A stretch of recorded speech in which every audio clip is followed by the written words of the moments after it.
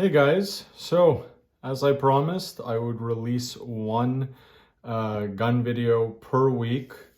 So far we'll be covering my personal collection, and this is episode 2. In the first one I went over the Benelli M4, which is a tactical shotgun made by Benelli. It is really top of the line. Check that video out, guys. It's definitely my favorite, let's say, tactical shotgun. This here, I'm sure all of you know, have heard about, whether you're a first-time gun owner, you're interested in becoming a gun owner, is Glock, the world-famous Glock. Why do I say world-famous? Because it's used by law enforcement, the army. It's a Austrian company. They have manufactured Glocks in Austria that are available, I believe, to North Americans. I know in Canada for sure. And you have the USA version of this Glock 17 Gen 5. And why do I say world famous? Again, the pros of this gun: it's super reliable. This is a 9mm, so Glock 17 would be the full length version. There's a Glock 19 that is a more compact version of the gun in 9mm. It also has other calibers. It even shoots up to a 10mm, which features, I believe, a 1-inch longer barrel to help tame the recoil of a 10mm bullet. So guys, this version of the Glock 17 Gen 5 features the Ameriglo sights. I think it's a great feature. I don't know if they still sell a Ameriglo version of the Gen 5 17, but the beautiful part of this is you've got, for daytime, that nice high visibility orange front sight. And for nighttime shooting, you have a glow-in-the-dark sight in the front, and 2 for the rear sight to properly align your front sight. And it really does glow bright green at nighttime, making it very easy to aim. Very, very nice feature. What I like is that you don't have to buy aftermarket. There are a lot of aftermarket companies like Trigicon, etc., that provide sights like this. But what's nice is it's OEM. The fit and finish is OEM, so that's always a nice thing. What does this gun ship with? Well, you get this very tiny Glock case. I think this is one of the negatives. I only find 2 negatives of this gun: 1, the case, and 2 being the trigger, which I'll cover in a moment. This case is so tiny that there's nowhere to lock the case, which I think is, I mean, why wouldn't you have a locking case? And 2, when you put this gun in here, so you have 1 magazine there, it only fits 2 other magazines. And again, it's a very, very tight fit. So you can't even have that magazine there. You really have to try and figure out, how am I going to get everything crammed in here and then shut super tight.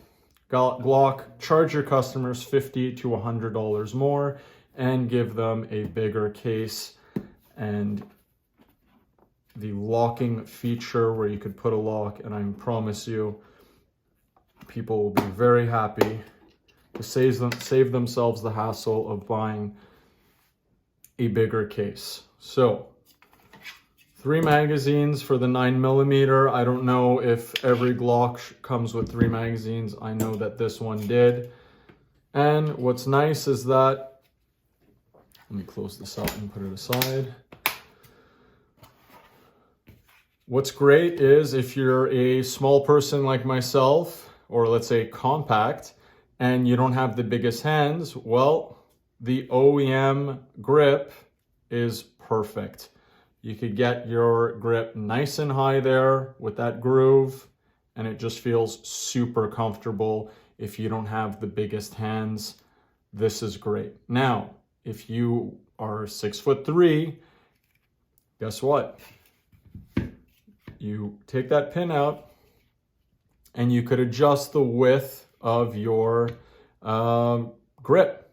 So I think that's a really cool feature. It allows you to adjust the grip for your hand size and make this a very comfortable gun to shoot. So guys, what makes this gun so reliable is its simplicity.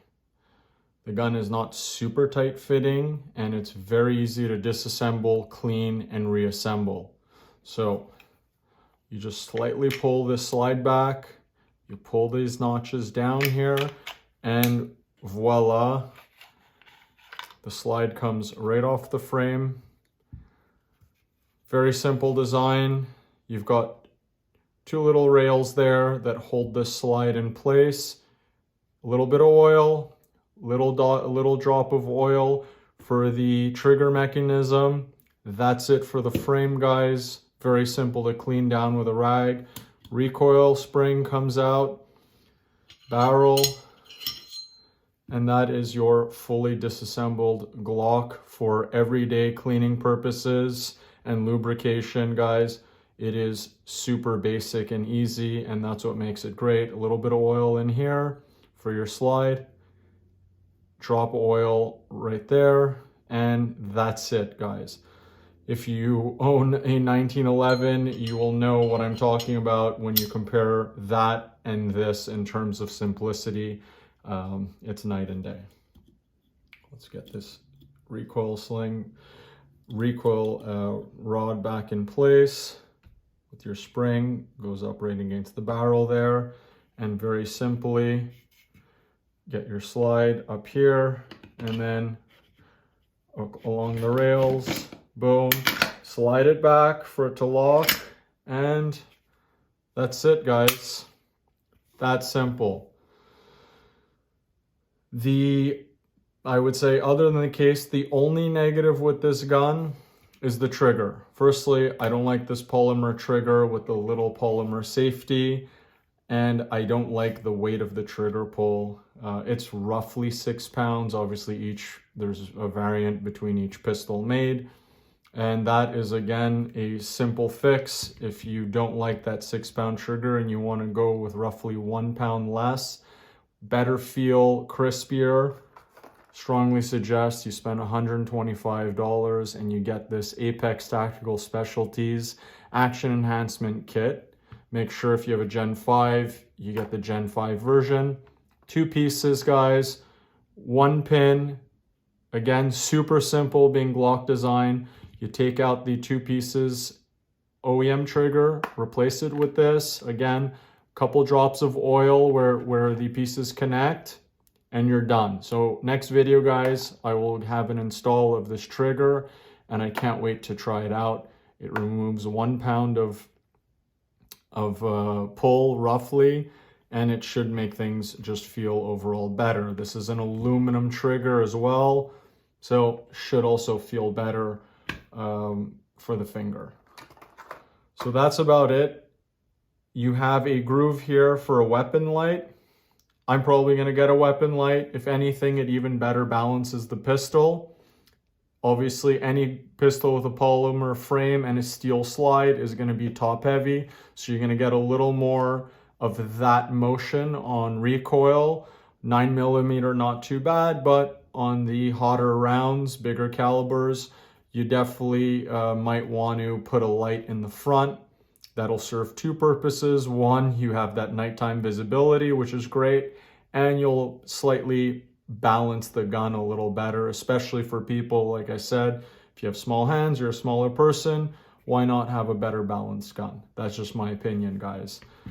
9mm bullet, for those of you who aren't familiar, that's a 9mm bullet. It's quite small, relatively cheap, guys. I would suggest strongly you start off shooting a 9mm one to get to familiarize with a pistol. You want to have something that's low recoil, get your practice in.